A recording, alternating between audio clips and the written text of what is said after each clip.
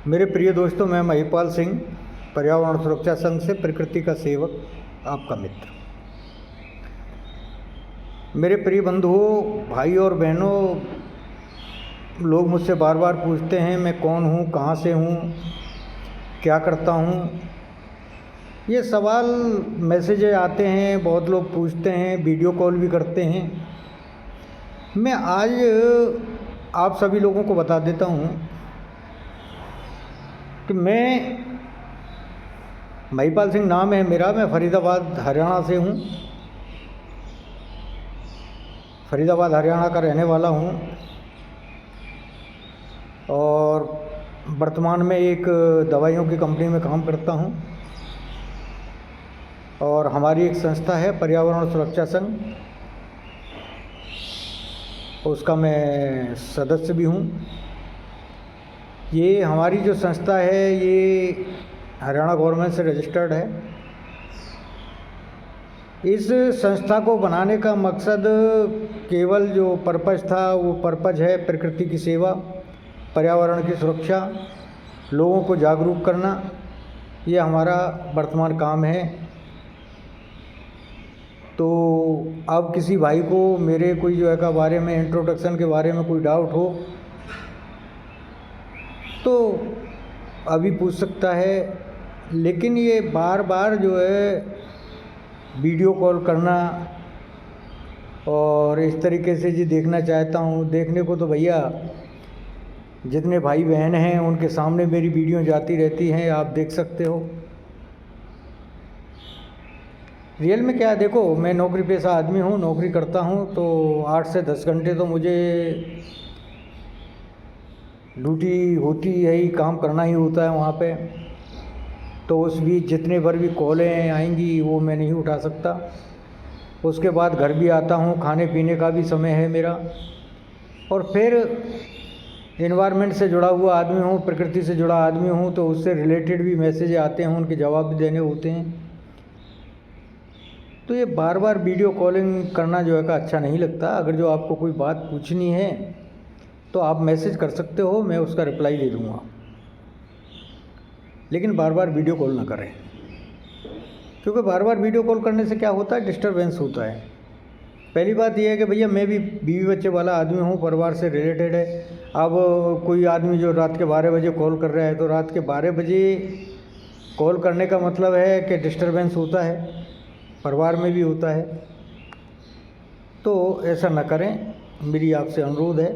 हाँ, प्रकृति से रिलेटेड, पर्यावरण से रिलेटेड, या आपको कोई समस्या ऐसी है जिसका समाधान मैं मोटिवेशनल अपनी स्पीच द्वारा या आपको कोई समाधान उसका बता सकता हूँ, तो आप मैसेज करिए, कॉल करिए, दिन में करिए, रात में करिए।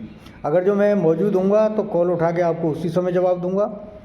अगर जो आपकी जेन्युइन कोई काम है तो। लेकिन ये वैसी ऐसी बातों के लिए जो है का कॉल ना करें, मैं आपसे जो है का प्रार्थना करता हूँ। वैसे मैं 24 घंटे उपलब्ध हूँ, कोई इसमें शक नहीं है। प्रकृति के लिए, पर्यावरण के रिलेटेड अगर जो आपको कोई मुझसे बात करनी है तो आप किसी भी समय मुझसे बात कर सकते हैं, कोई दिक्कत नहीं होगी।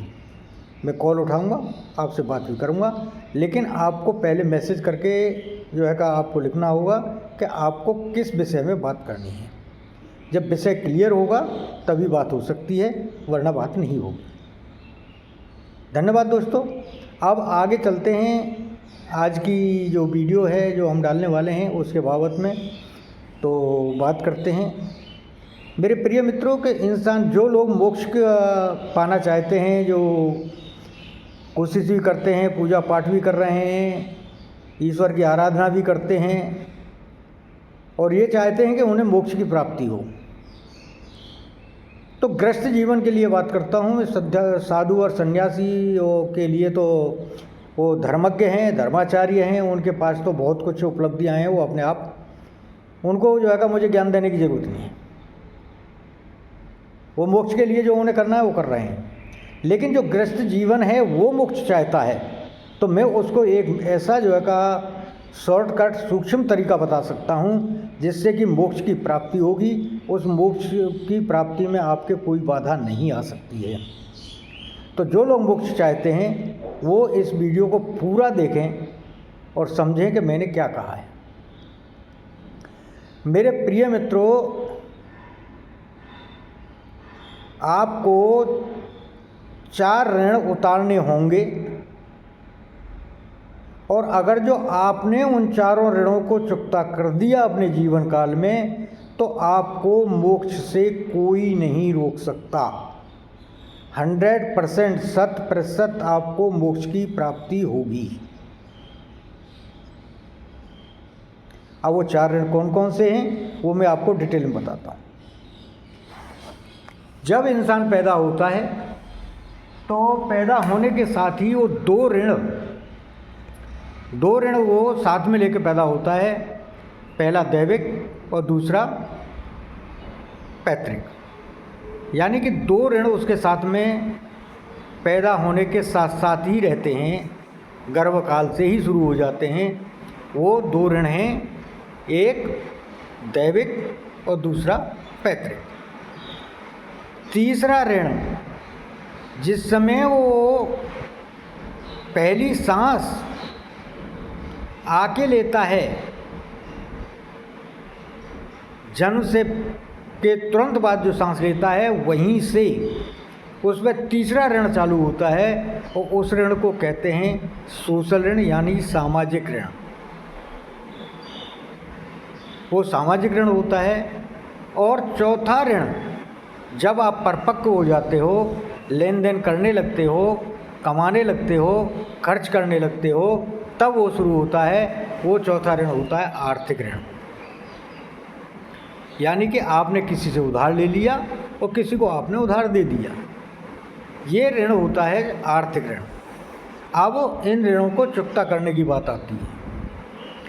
जो आदमी इन चारों ऋणों को चुकता कर देता है अपने जीवन काल में, उससे मोक्ष मिलने से कोई रुकावट नहीं होती है। वो गृहस्थी जीवन जीने वाला कोई भाई या बहन है, वो अगर जो मोक्ष की प्राप्ति चाहता है तो इन चारों ऋणों को जो है उतारिए और मोक्ष के अधिकारी बन जाइए। पहला ऋण जो दैविक ऋण है, दैविक ऋण के लिए आज जो वर्तमान काल है उसमें मैं देख रहा हूँ कि लोगों में बहुत ज़्यादा होड़ लगी हुई है दैविक ऋण को उतारने की। अब वो दैविक ऋण उतारने के लिए है या अपनी ज़रूरतों को पूरा करने के लिए वो भागदौड़ है, ये वही जानते हैं जो इस भागदौड़ में लगे हैं। और वो है तीर्थों के दर्शन, तीर्थ यात्राएं और अपने अपने इष्टों के दर्शन और पूजा पाठ। पूजा पाठ करना हर घर में, पहले इतने लोग नहीं पूजा करते थे, लेकिन अब हर घर में पूजा होती है, आराधना होती है, लोग ईश्वर का नाम लेते हैं। अच्छी बात है, लेना भी चाहिए। तीर्थों के दर्शन करने के लिए अपार भीड़ लगी हुई है, चाहे वो किसी भी जो है का मतलब दुर्गम स्थान पे हैं, जो ईष्ट विराजमान हैं, उनके लिए भागदौड़ लगी हुई है दर्शनों के लिए। कितने भी तीर्थ स्थान हैं, वहाँ पे किसी भी तीर्थ स्थान में चले जाइए, वहाँ पे अपार भीड़ आपको मिलेगी। कुछ जगह मैं गया हूँ तो वहाँ की स्थिति मैं आपको बता देता हूँ। मैं मथुरा जाता रहता हूँ और कई बार गया हूँ पहले भी।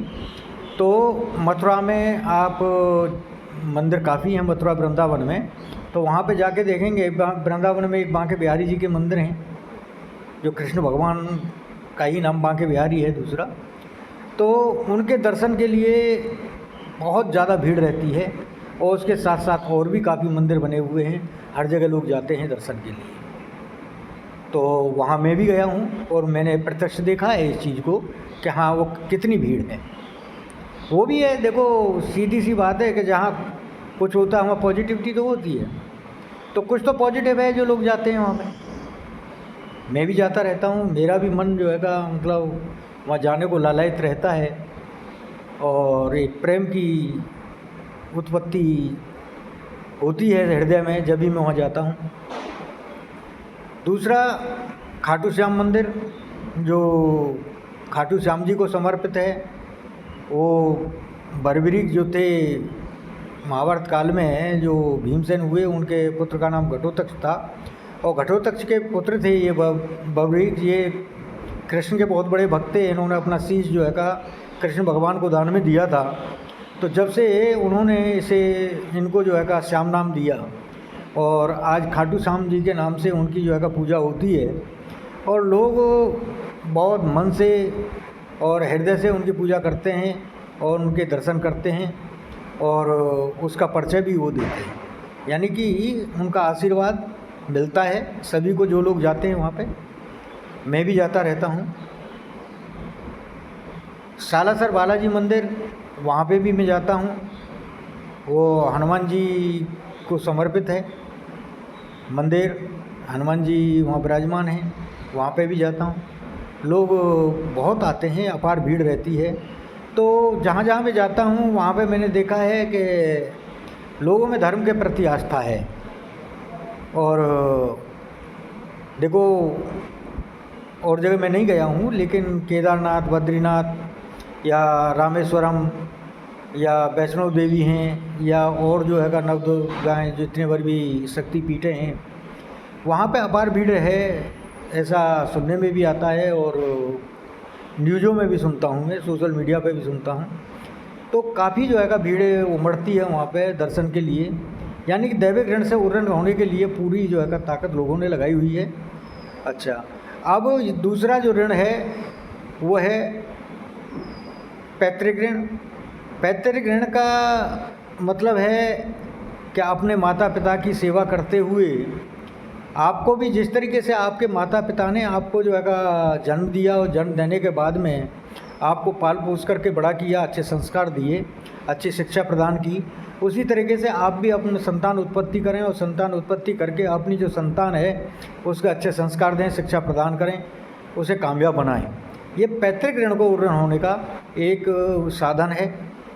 और अगला जो साधन, अगली जो वो है आर्थिक ऋण। आर्थिक ऋण तो ये है कि भाई जिससे उधार लिया है उसका उधार चुकता करें। तो ये 3 ऋणों को चुकता करने के लिए देखो, दैविक ऋण के लिए मैंने बता दिया, बहुत भागदौड़ लगी हुई है। लोग जो है का मतलब उर्रण होने के लिए पूरी ताकत लगाए हुए हैं दैविक ऋण से। पैतृक ऋण से भी उर्रण होने के लिए माता पिता की तो सेवा कर कम ही लोग कर रहे हैं, लेकिन 50% तो है कि संतान उत्पत्ति करने के बाद में संतान के ऊपर पूरा ध्यान है लोगों को, उनकी परवरिश पे पूरा ध्यान है, या शिक्षा दिलाने में पूरा ध्यान है। तो वहाँ से मतलब 100% तो पूरा नहीं कर पा रहे हैं, लेकिन जो है 50% तो कोशिश लोगों की है कि उस ऋण से उर्रण हों। लेकिन आर्थिक ऋण है, आर्थिक ऋण अगर जो किसी का ले लोगे तो वो तो ज़बरदस्ती ले लेगा, चाहे लट से ले या प्रेम से ले। कुछ ही लोग होंगे जो उधार लेके नहीं चुकता करते हैं, लेकिन सभी को चुकाना पड़ता है। लेकिन एक ऋण जो सामाजिक ऋण है, उस ऋण से चुकता करने के लिए लोग भूल जाते हैं, क्योंकि उसके लिए कोई दबाव नहीं है। उसके लिए कोई दबाव नहीं है, कोई भी किसी प्रकार का प्रेशर नहीं होता है सोशल ऋण को चुकता करने के लिए, सामाजिक ऋण को चुकता करने के लिए कोई प्रेशर नहीं है, इसलिए लोग इसे भूल जाते हैं।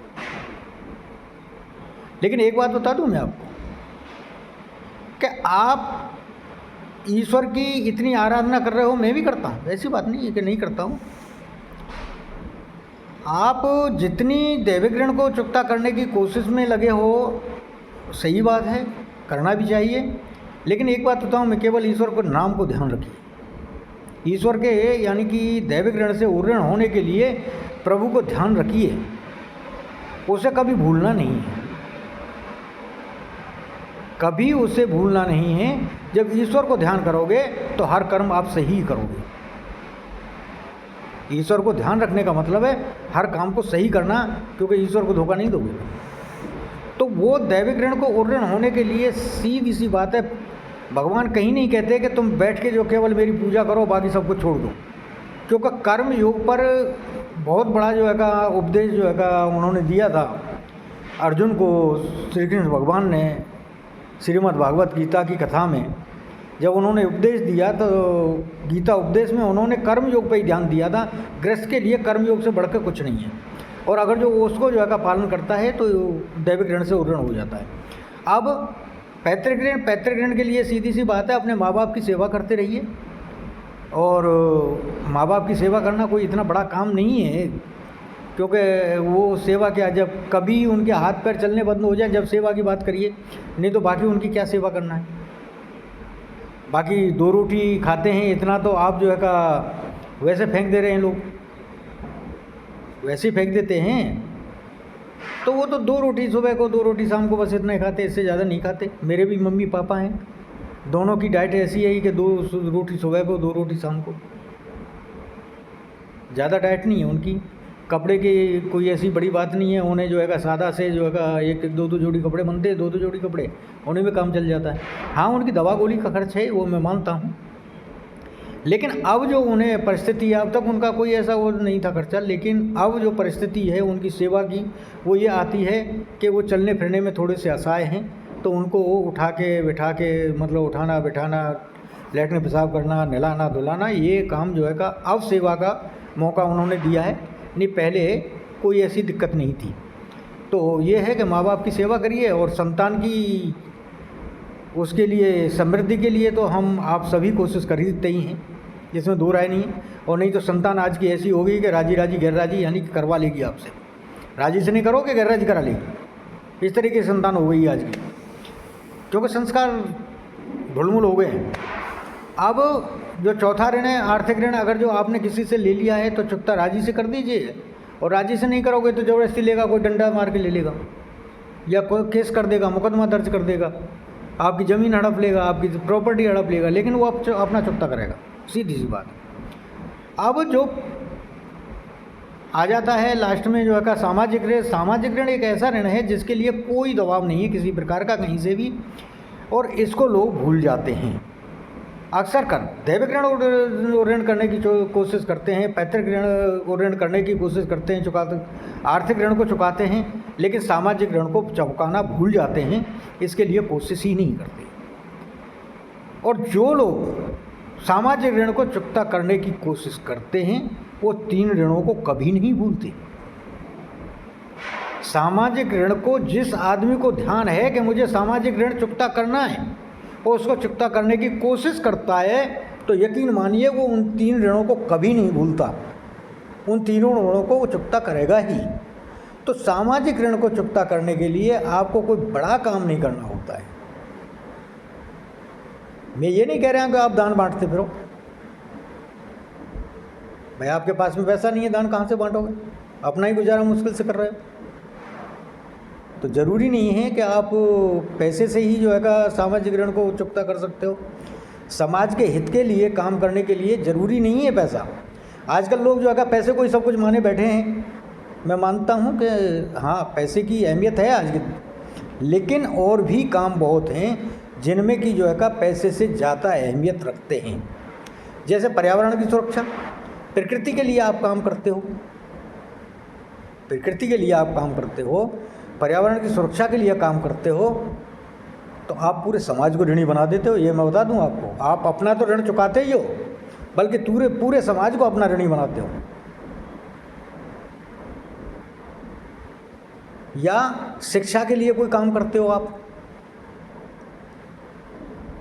ठीक है, शिक्षा के लिए आप किसी को शिक्षा, भाई आपके पास में पैसा नहीं है तो आप उसकी फीस नहीं दे पाते हो, दे सकते हो, या जो है का वैसे पैसे से मदद नहीं कर सकते हो, ज़रूरी नहीं है कि पैसे से ही करो। अगर जो आप पढ़े लिखे हो तो जो गरीब बच्चे हैं उनको ट्यूशन पढ़ा सकते हो, वहाँ से जो है का आपको मतलब एक तरीके से शिक्षा के क्षेत्र में योगदान दे सकते हो अपना। और कुछ नहीं है, आपको पढ़ाना भी नहीं आता और जो है कि आपके पास में पैसा भी नहीं है, तो जो स्कूल की बिल्डिंग है उसके रखरखाव की देखभाल कर सकते हो। और कुछ नहीं, आपको देख रहा है कि भाई इसका स्कूल की कोई जो है कि गड्ढे हैं उसमें, तो उस पर डाल के जो है कि मिट्टी से उन गड्ढों को भर दिया, तो ये भी एक जो है कि सामाजिक काम हो गया।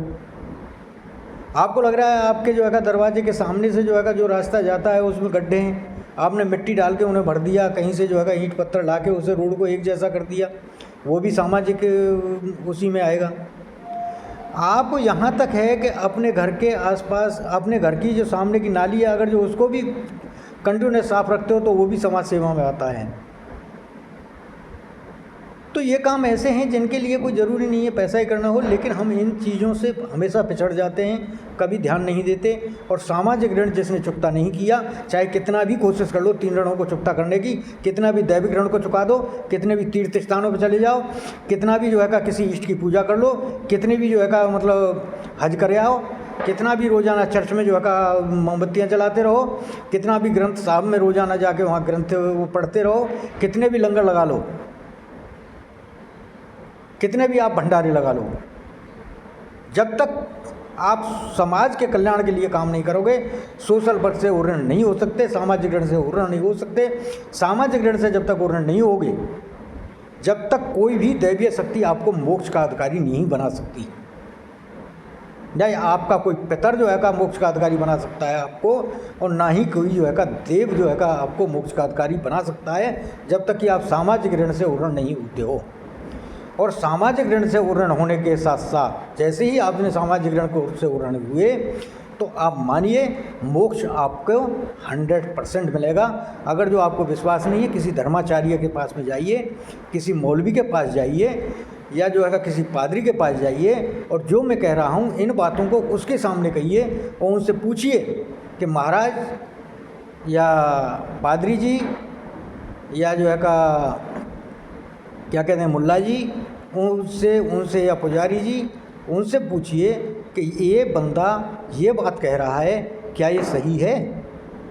अगर जो वो कहते हैं कि ये बंदा गलत कह रहा है, तो उससे मेरी मुलाकात करवाइए। मैं पहले भी जो है कह चुका हूँ, मेरा नंबर है 8057663217 80 57 66 32 17। आप मेरी उससे बात कराइए और मैं उससे बात करके मनवा दूंगा कि हाँ मैं सही हूँ या गलत। सबसे पहले तो वो कहेगा ही नहीं कि ये बंदा गलत कह रहा है, वो कहेगा बिल्कुल सही कह रहा है। वो गलत बता ही नहीं सकता। और फिर भी अगर जो गलत बताता है तो मेरी उससे बात कराइए। तो मेरे प्रिय भाई और बहनों, अगर जो आप मोक्ष चाहते हो, मैं तो मोक्ष नहीं चाहता, मैं रियल बता रहा हूँ, मैं मोक्ष नहीं चाहता। मैं तो चाहता हूँ कि बार बार जन्म लूँ, चाहे किसी रूप किसी उसमें लूँ, लेकिन ईश्वर को हमेशा ध्यान रखूँ और प्रकृति के लिए हमेशा काम करता रहूँ। यही मेरी भावना है। आप चाहते हो मोक्ष, अच्छी बात है, और जो मोक्ष चाहते हो तो आप जो है इस काम को कर लीजिए, मोक्ष मिल जाएगा। और एक और बात बताऊँ, जिस दिन आपने प्रकृति के लिए सोचना शुरू कर दिया, पर्यावरण के लिए सोचना शुरू कर दिया, आपके आधे रोग तो चुटकियों में उड़ जाएंगे। मैं आपके सामने बैठा हूँ। जिस दिन से प्रकृति के लिए पर्यावरण के लिए काम करना शुरू किया है, सोचा है, एकदम स्वस्थ है, किसी प्रकार का कोई रोग मेरे शरीर में नहीं है। लेकिन ये कब से? जब से मैंने प्रकृति के बारे में सोचा, जब से पर्यावरण के लिए सोचा, जब से। मैं एक घटना आपको बता देता हूँ। मैं 8 घंटे जहाँ काम करता हूँ, मैंने 8 घंटे वहाँ ड्यूटी की। ड्यूटी करने के बाद में मैंने पूरी रात सफ़र किया। सफ़र करने के बाद में एक जगह मेरा प्रोग्राम था, वहाँ प्रोग्राम में शामिल हुआ। शाम को 4 बजे छूटा और वहाँ पे 4 घंटे में लगातार बोला। जिस तरीके से अब बोल रहा हूँ, इसी तरीके से मैं 4 घंटे बोलता रहा और बिल्कुल भी मेरे को थकान महसूस नहीं थी, न कोई भूख थी, न प्यास थी, और ना ही नींद थी। पूरी रात सफ़र करने के बाद में, उससे पहले ड्यूटी करने के बाद में इतना, यानी ड्यूटी किया और ड्यूटी करने के बाद में जो है मतलब पूरी रात सफ़र किया। सफ़र करने के बाद में 9 बजे 10 बजे वो प्रोग्राम चालू हुआ। 10 बजे से लेके मैं वहाँ, क्योंकि जाते ही मेरा नंबर तो आने वाला नहीं था, 12 बजे मेरा नंबर आया और 12 बजे से लेके 4 बजे तक मैं कंटिन्यूस जो है मैं बोला, और उसी स्पीच में बोला, ये स्पीड में बोला, जितनी उतनी ही वॉइस थी। और जो जो है टाइम बढ़ रहा था तो मेरी स्पीड वॉइस बढ़ रही थी। लेकिन किसके बाबत बोल रहा था? प्रकृति के बाबत। केवल प्रकृति के लिए बोला मैंने, पर्यावरण के लिए वहाँ पे स्पीच दी। और मुझे कहाँ से एनर्जी मिली, मैं खुद इस बात को एहसास कर रहा था कि इतना सफ़र करने के बाद में और ड्यूटी करने के बाद में अगर जो मुझे इतनी एनर्जी है, जबकि मैंने कुछ खाया नहीं पिया नहीं, केवल एक कप चाय पी थी वहाँ पे, लेकिन उसके बाद भी ना मेरे को थकान थी किसी प्रकार की, ना नींद थी और ना ही मेरी वॉइस में कमी आई थी, किसी प्रकार का कोई वो नहीं था। आप सोचिए। और फिर उसके बाद में मैंने 4 घंटे सफ़र किया, 4-5 घंटे सफ़र किया। उसके बाद में 4-5 घंटे सफ़र करने के बाद मैं अपने घर पहुंचा, खाना खाया और खाना खाने के बाद में 10 साढ़े 10 बजे मैं सोया।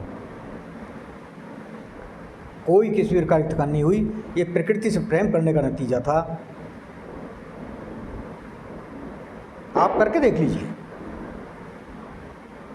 जो लोग प्रकृति प्रेमी हैं, जो प्रकृति से रियल में प्रेम करते हैं, निस्वार्थ भाव से प्रेम करते हैं। आप कहने लगे किसान तो प्रकृति से प्रेम करता है, प्रकृति के लिए काम करता है, लेकिन भैया किसान का वो दिनचर्या है, उसका काम है वो।